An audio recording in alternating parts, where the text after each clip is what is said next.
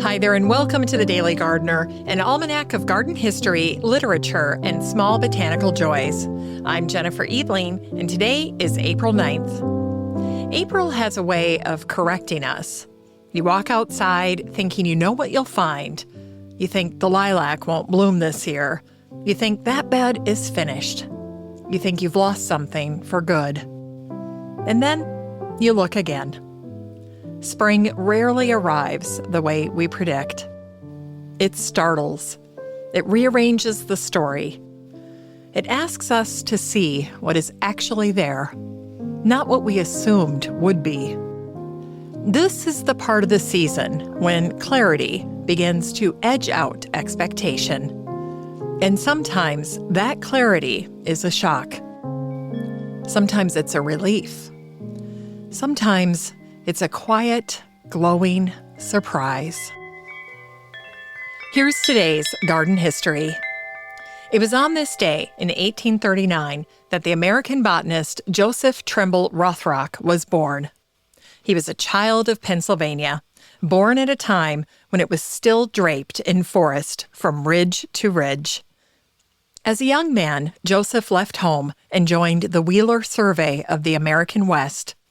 There, among old-growth forests, still pristine and intact, he studied what a healthy forest looked like. The experience shaped him. And when he returned to Pennsylvania in the early 1880s, the shock was unmistakable. The forests of his youth were gone. Hemlock and pine harvested. Penn's Woods, now called the Pennsylvania Desert. Loggers had taken the prime timber and left the slash behind. Debris that caught fire and baked the soil so nothing would grow back. And it wasn't just the trees. Streams ran muddy or ran dry. Using his training as a doctor, Joseph began speaking across the state, describing Pennsylvania's forests as if they were bodies being bled to death. In town meetings and public halls, he told his fellow citizens, "It is not a question of whether we will have forests or not. It is a question of whether we will have a habitable state or not." The state took notice. Joseph was appointed Pennsylvania's first commissioner of forestry. His approach was steady.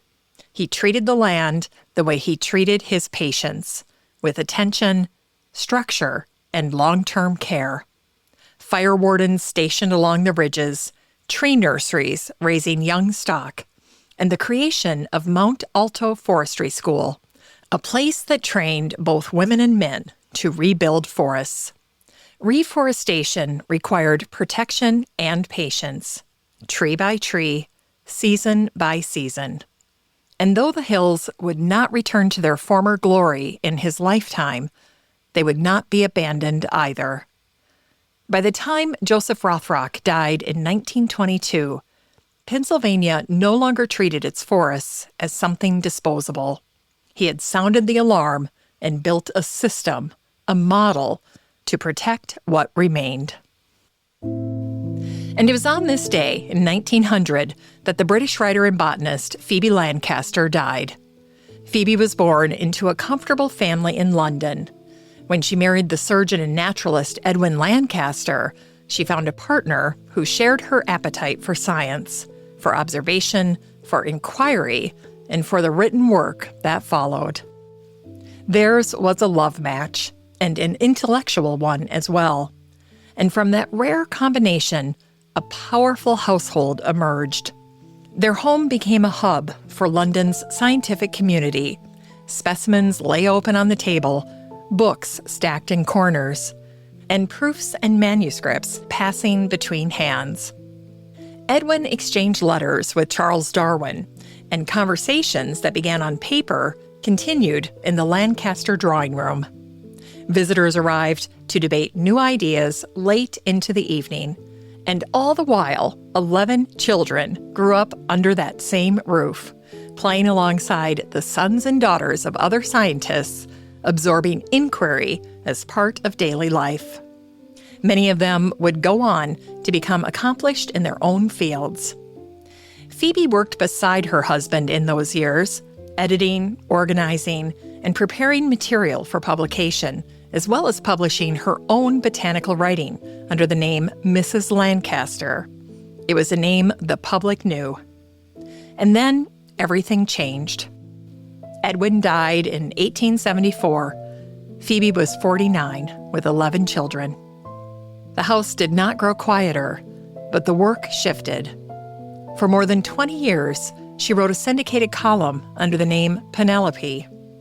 Her subjects weren't precious. Plants, yes, but also health, thrift, and work, and the daily decisions that decide whether a home holds.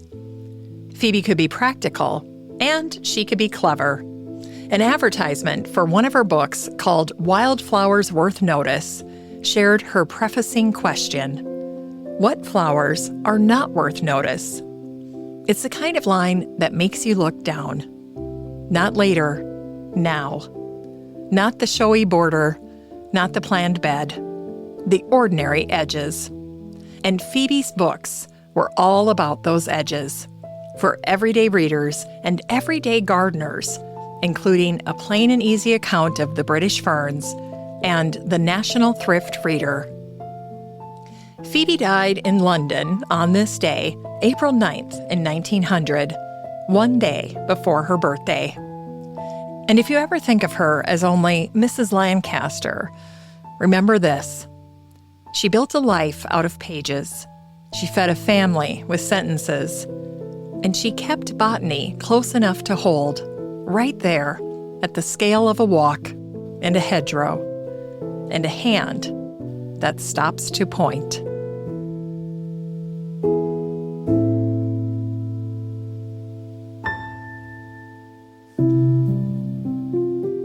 In today's Unearthed Words, we hear two reflections from the British landscape designer and writer Dan Pearson, born on this day in 1964.